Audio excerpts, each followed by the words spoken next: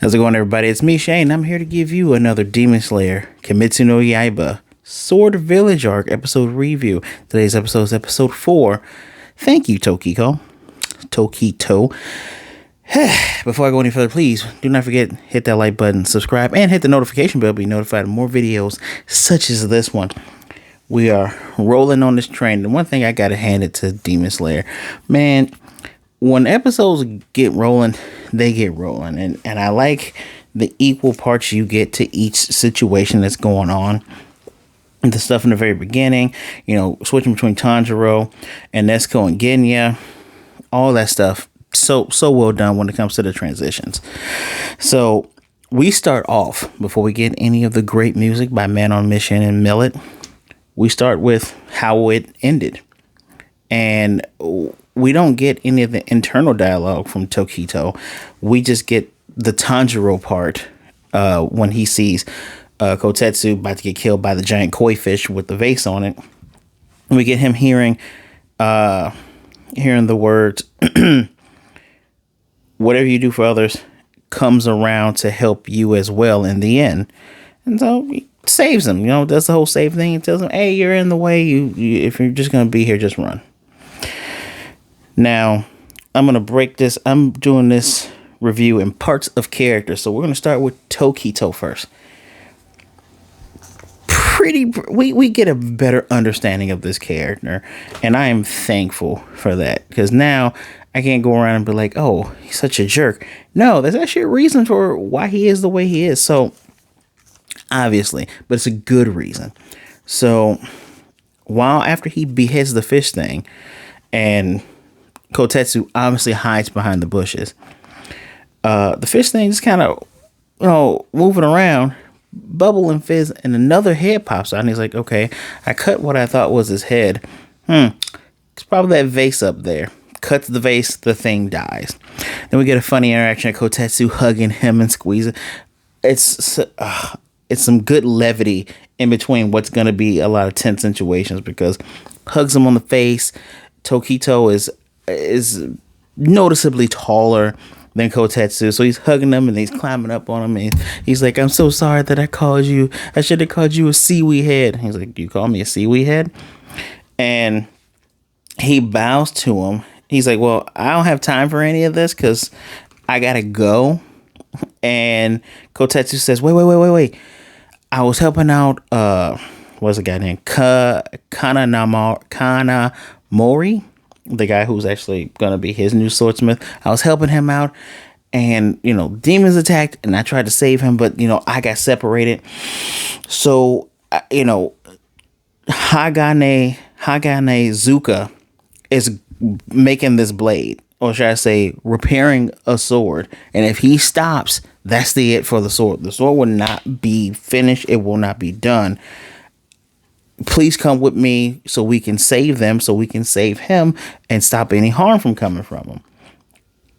And in that moment, when Tokito was about to say no, he goes, no, and you get Kotetsu bowing all the way to the ground.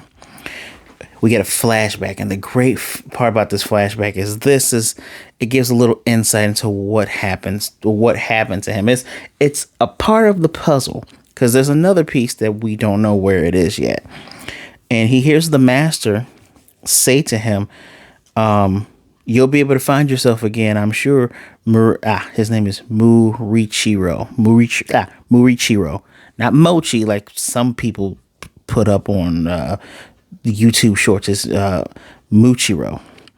And he says, I know you must be confused, but just focus on nothing more than living. As long as you're alive, everything's going to work out. You're going to regain your lost memories. There's nothing to worry about, and just don't let the chance slip away from you. And I'll finish what he's saying. He's saying it'll start off as something insignificant, but slowly over time, your mind will clear away the mist that is in your head. So in this flashback, he's beat up. He's wrapped and bandaged up. He's kind of looking kind of in awe of what the master is telling him. And the master's kind of, just speaking matter-of-factly to him. This explains, no, he's not, this is not a character trait or should I say a character quirk, that he forgets people. He has active memory loss. So it seems that in his mind, there are some things that are important that stay there. Obviously, his training, which is probably second nature at this point, his training, who the master is, the fact that there are Hashiras, the fact that he has to get rid of the demons. There's stuff that's still in place in his mind, but it seems like things like Tanjiro's name. He remembers Tanjiro, probably doesn't remember his name. Goes, have I met Nezuko before? But was she like this before? There are things that he actively is not remembering, and it's whatever battle happened, that is what led to this active memory loss. And so he puts Kotetsu over his arm, over his shoulder, and takes off. And Kotetsu is like begging, asking him, please slow down. And he's saying, you should probably not talk while I'm running because you might bite your tongue off. And just keeps going. That's why he's just straight matter of fact, because he probably doesn't remember parts of himself. He has lost himself in this mist, which is ironic given that his form is the mist breathing form. So he's wondering, he's still doubting himself. He's like, is this the right thing to do? You know, I'm wondering if this is going to stop me from protecting the village. What you don't know, Tokito, Muchiro Tokito, is that this will help you in the end. I can guarantee it, especially with the title of the next episode is going to be. But he's saying no, he's not going to doubt anything. He's a demon slayer who the master himself recognizes. Miss Hashira, Tokito Murichiro. So we're done with him for now. But next character we're talking about some Tanjiro. And I'm talking about all the time. When I say I'm going character by character, I'm not going to flip back and forth. There are some other things that are going in between that lead into Tanjiro's parts. We'll get into those. But when Tanjiro, remember when we left him and the leg that had got fallen off, another mouth had appeared and was about to scream at him. He cuts that off, and then two other mouths appear. Two of them appear, and they shout at him, and he's blown back, and he comes back with just the most devious, I'm getting messed up smile, and he goes, "Oh, you're weaker now." So he stabs both of them in the mouth, on the tongue. And he goes, all right, so they cannot split indefinitely. There are whatever happens, they split like this. And he's so smart. Because remember, everyone got to remember in anime, even though we're watching 23 minutes, even if this whole episode was a 23-minute fight, that fight is not happening in 23 minutes. Everything is happening quickly. It just seems like it's slowed down. And he's had enough time to analyze and say, okay, I made out the markings on their tongues. It's the red one is anger, blue one's sorrow, yellow one's joy, green one is pleasure. These are all emotions. So the most powerful forms are probably the initial split offs. Everything else has been weakened. And of course, the harpy, which is the yellow one, whose name we find out later is Urogi. Because all emotions have their own names. Crazy. He's fast. He's cutting Tanjiro up. Tanjiro doesn't really have much time to react. And we get a moment where Tanjiro's like, I can't bring him down here. Maybe I can go up there. He's like, no, that won't work. He's just mentally talking to himself going, yo, you got to make a decision. Because he wants to get back to Genya and Nezuko. Because he's like, just don't die. Now, he comes to a point where the guy attacks him. He's mocking him, talking about the joy of his blood spurting. And when he gets Tanjiro, I really wanted to repeat this word for word. But when he gets him and the other guy comes, he says some smart stuff like, oh, you're not that fast. And Tanjiro goes, you're not that fast either. And he actually sliced him this way. And so Tanjiro's trying to move on up, cuts off the top of his head. The head forms back and he gets shouted at again. But this is just part of he's learning as he's fighting. He's I don't want to say Gokuing this, but he's learning as the fight's going on. And then he figures out, all right, the building is not that far away. Need to come up with a plan. He came up with a plan as we did a little back and forth between him, Nezuko, and Genya. And next time the Harpy guy comes down, he's running. He's booking it. Dude thinks that he's running. Nah. Tanjiro turns, stabs him in his mouth right before he can do the shock thing, and gets one of those little harpy talon things in his shoulder. He's like, I was right. He's light. That's why his wings are able to support his weight. He's super light. I'm just going to use the momentum of this whole entire stabbing action to get us all the way there. And he gets there, and he pushes him through the wall. And time to see Nezuko, who's being shocked through the throat by the red one, the anger one, who I think his name is Setoko. Or Setko. I forget his name. I'll have it right next week, I promise. Unless I see it in my... I got 2 sets of notes here. So unless I see it in this notes, I don't remember his name, but I know it's Say and Sick something. And we get this nice visual. Haven't read the manga, tell you, but nice visual of a panel, like the panel of one of the sliding doors, obscuring Tanjiro, but it's his silhouette. And he turns and he faces the guy. And he's like, oh, no, you ain't doing that to my sister. Goes in for him. These guys are able to make more of their weapons from their body. So guy makes another staff, and he's going to stab at Tanjiro with the staff. Tanjiro, it goes through the foot of the other guy, one of the guy's foot claws. He's like, wait, when did he have time? So wait, he took a gamble and figured out, took other guy's leg off, that I couldn't electrocute him because we're made up of the same cells. Tanjiro at the same time says, I can't cut his head off with this sword. I'm guessing the sword is not sharp enough. I'm guessing it's dull. It's not for him. It's just a backup blade. But he can split their tongues, and it takes him a while to heal from that. So he does it. He splits the tongue, gets the thing out of Nezuko, and the guy heals way too quickly, faster than he anticipated. So he's hitting Tanjiro in the back of the neck with the staff. Looks like he's going to go through, but no, we got the little sister stops all that. Brother-sister combination comes through. I think he cuts this guy's head off again. And they're doing great. But then the pleasure one, the green one, I think his name is Karasu. He has the Tengu fan.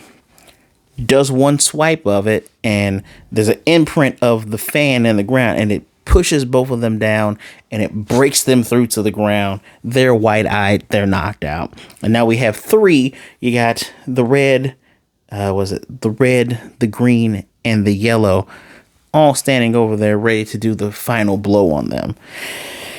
Whew. Very intense. And if I was doing my play-by-play, telling you all of this stuff together, you would see why it's intense, because the fight scenes going into this continuous fight scene is done so well. But Tanjiro parts highlights the fact that he might not be at Hashira level yet, but he is on that level of thinking, given the fact that Tokito is able to analyze, okay, it's that part. Not freaking out. Tanjiro may be freaking out, but he's able to get himself together, gather up all the information that he's seen during this entire encounter, get himself to where he can save his sister and his ally, and at the same time assess, okay, haven't forgotten about this dude electricity. Let's see if it doesn't work on them. Bravo for that. I love the characterization of this guy. We'll go to the little sister next, because, boy, she's tangling with the, pleasure one, the green one, the one who I believe his name is Karasu, which is basically Crow, right? And she's tangling with him and battling. She got her one horn out. She's, slightly adult with the chest and all that, and she's battling this guy. And when this guy sees that Genya's not going down, he's like, all right, I'm bored with you.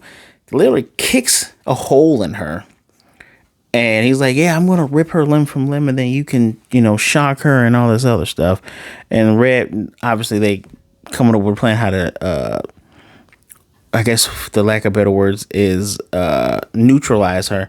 And Nezuko's just like, she swings her leg back, kicks his head off from here, just kicks it clean off. He's astounded by where did the strength of that kick come from? Because first thing he did was break her arm, and he's about to rip her arm off.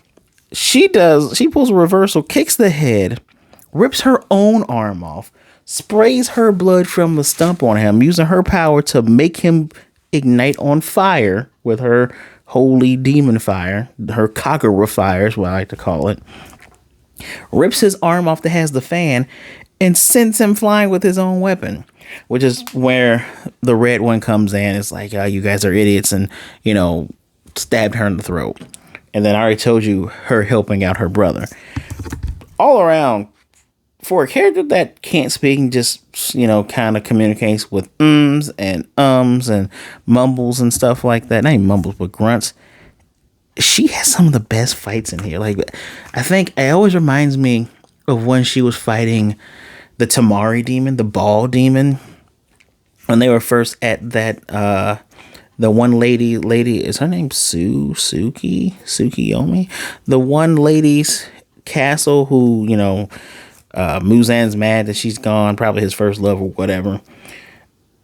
She always reminds me of that. The fact that initially she fights on instinct, but it seems like she is getting smarter and smarter. She's not like raging out of control yet, but she's able to be in that one horn state and still have her wits about her. So our characters are actively evolving after each fight. Nezuko more so is, thinking more and able to, I guess, control her urges more, which is good for her because she's not training. But everyone else's training is coming through. Now let's talk about Genya. Genya Shinazugawa. Man, these last names.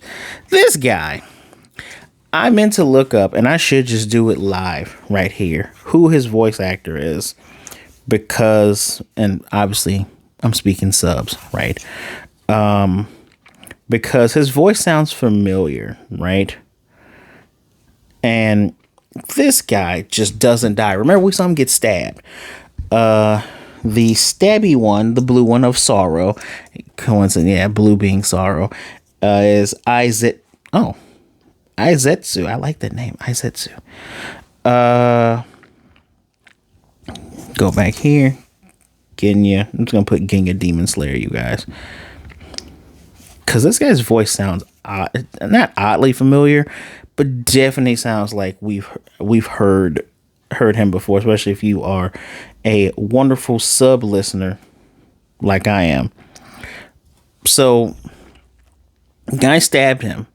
He's having a problem pulling out his spear, and it's crazy because he's like, oh well, he can't die because the spear's stuck in him. You have the red one who I guess is trying to call all of the shots, who's essentially going, just hurry up and split his head in two. What are you doing?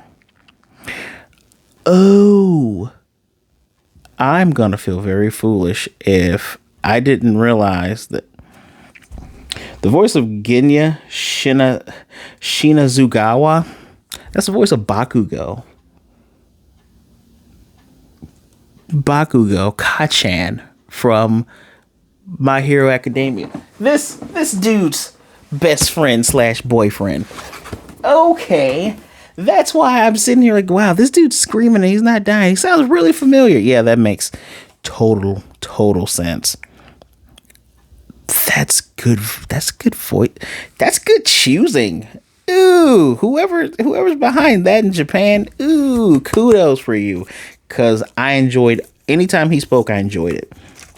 So he's doing, after the guy pulls that blade and cuts, which is funny because he shot him in the head again. And after he pulls out and cuts him, he's saying what is called the Amida Sutra, which is from, and I looked that up, it's from Buddhism. It is known as Buddha of immeasurable light and Buddha of immeasurable limitless life. It is a sutra from the Pure Land school of the three basic scriptures. So he's essentially as if you, for those familiar with Christianity, if he was just to do the Psalms 23, lo, I walk in the valley of the shadow of death, something like that, right? And I can't believe in my notes I actually wrote what was said for the sutra he's saying, but he's doing the sutra. The guys call him a devout one, and before he can split his head, he moves so fast, blink of the eye gone, shoots his head off. He says, I'm gonna cut your head off as many times as it takes until you're dead, you scumbag. They get shocked again, right? He's getting shocked by the other one. He's like, I can't do anything when I'm shocked by this guy. Still in midair. Turns around with the blunderbuss with the sawed-off shotgun. Blows his head off. But he's kicked into another room. He's going to fight with the blue guy again. And while he's in there, the blue guy comes in. He's saying another sutra. Because the first time he was saying his sutra, they animated his mouth move. His head is covered, but they animate the jaw moving from his mouth moving. And this one, he's face down saying the sutra, and he gets up, and Aizutsu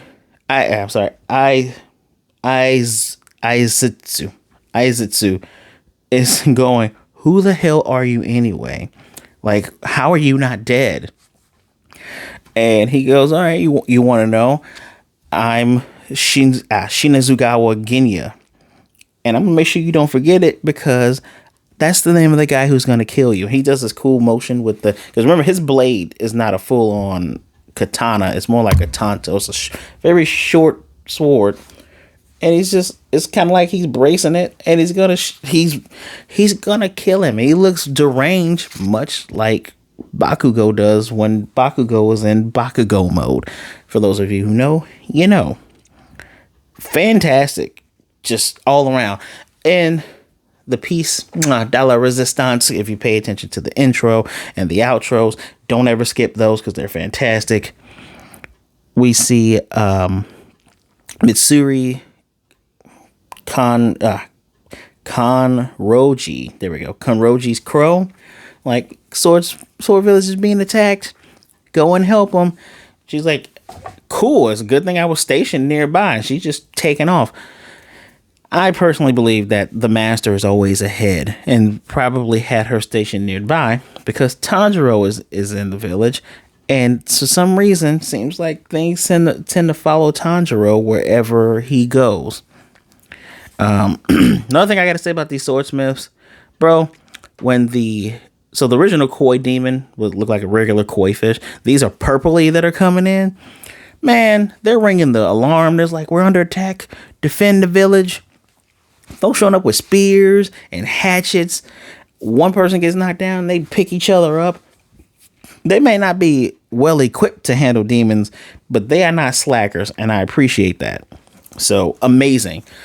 So our Taisho secret, which I love the panel for that. I wish I would have gotten it to show you guys, where you have Tanjiro. He's standing on both of the thighs of our two Hashiras of Kanroji and Tokito, and Tokito's holding up a thing saying the fourth one with Nezuko, at the bottom doing this. It's very much cheerleader, not pyramid pose, but cheerleader pose. And I didn't write this on mine. Let me just go all the way down here. So in this one, they brought back the Demon Slayer Junior High School Kimetsu Academy story. And here, she's Mitsuri Kanroji, age 19, a Demon Slayer Academy graduate, now a college art major. Her dream is to bring joy to people all over the world with her paintings. She even has her own handmade stuffed animal called Big Hand Cat. The colors of it is pink and green. Very good coloring. And she's doing her painting thing. And she just wants to know when she'll meet a gentleman that'll make her happy. And the stuffed animal goes, no one's going to fall in love with you. Funny enough, the voice of the stuffed animal is her voice actress. And it's just like, she's just trembling as it says, you have pink hair, you're a voracious eater, and you're crazy strong. And she just Gong. We see that all the time in Spy Family. She's just bummer. She's just on the ground, hands and knees. Probably shouldn't do this since she's in a very short skirt. But it says that's why you paint, though. You know, that's the meaning of your life, to keep painting. And she agrees, and she's putting her all into her painting. And she's like, I'm gonna do this to make everyone happy. And I love the funny subtitles above her and below her. You look past the easel that she's painting a picture of her stuffed animal. You look past it. There's guys outside the window with heart eyes, and she's wildly popular with guys at the bottom, but she doesn't realize it. I remember writing my notes when the cat's like, no one will date you. I'm like, I would. She's very nice, very kind. Obviously great with, I guess I would say children, since Nezuko's technically younger than her. But yeah, no. Stop being mean, stuffed pet. Big hand cat. Very good, very enjoyable. Man, I know this is technically a 4. I have a bias because I enjoyed this from beginning to end. Like, they do such a good job of like characters going, okay, this is what's going on. Let me just focus and get through this. I enjoyed every bit of that. Just hats off to also getting a piece of that puzzle for Tokito, because generally we would get that type of stuff at a slow moment. Like, remember Mugen Train when we're figuring out who Rengoku is as he's talking, and then we got to get some of that flashback during the whole sleeping part. I guess this is not really a sleeping part. It's just him going, what that guy said, who technically should be a Hashira, is correct. Let me help people.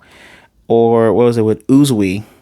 We're getting flashbacks in between while they're trying to complete the mission. I like it. I love that these characters have their own personalities. Not just that, but their backstories kind of make sense. Like Mitsuri's backstory is pretty much implied in the ending. It looks like she left her family probably to help provide for them, while at the same time looking for love. You even get her little sister, has black hair, braids just like her. Looked like she was upset that her older sister left. So it's interesting that you have a big sister to a big sister who's technically the little sister to one of the main guys here. So rightfully, this is 4 out of 5 because it's great. I'm tempted to give it a 5 just because all of that action and all that gumption. I'm gonna give it a 4.5. I won't go full bias, but it gets a 4.5 because this was really good. Please let me know what you think in the comment section down below. Hit that like button, subscribe, and hit the notification bell to be notified of more videos like this. More reviews. We're in it for the long haul, guys. In it to win it. So with all that, I'd like to thank you for taking some time out to listen to me talk about Demon Slayer. Please be good, be blessed, wash those hands, take care of yourselves, be good to yourselves, be good to others. Either way it goes, please don't be a jerk.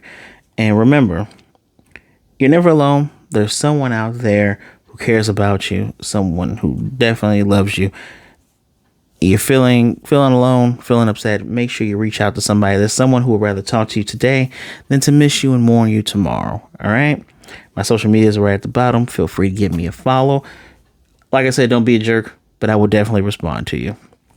Well, guys, I'm Shane, and my Taisho secret is I'll see you next time.